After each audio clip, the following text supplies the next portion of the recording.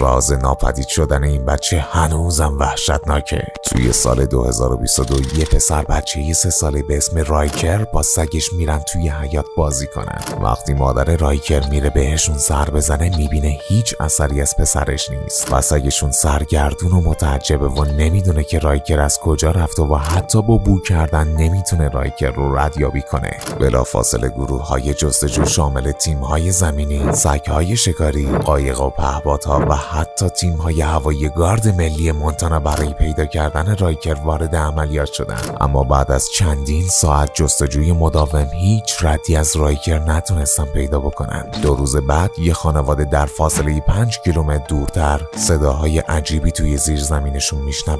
وقتی با ترس و لرز وارد زیرزمین متروکه میشن میبینن یه پسر بچه با چهره‌ای به شدت وحشت زده داره بهشون نگاه میکنه و توانایی تکلمش رو از دست داده. اونا بلافاصله رایکر رو به پلیس تحویل میدن، اما خانواده رایکر ادعا میکنن لباسی که هنگام پیدا شدن رایکر تنش بوده همون لباسی نیست که باهاش گم شده. و این تنها بخش ترسناک این ماجرا نبود. هیچ کدوم از دوربین‌های شهر نتونستن تصویری از رایکر ثبت کنن. یه پسر بچه 3 ساله چطور میتونه انقدر هوشمندانه فرار بکنه و توی اون شرایط زنده بمونه؟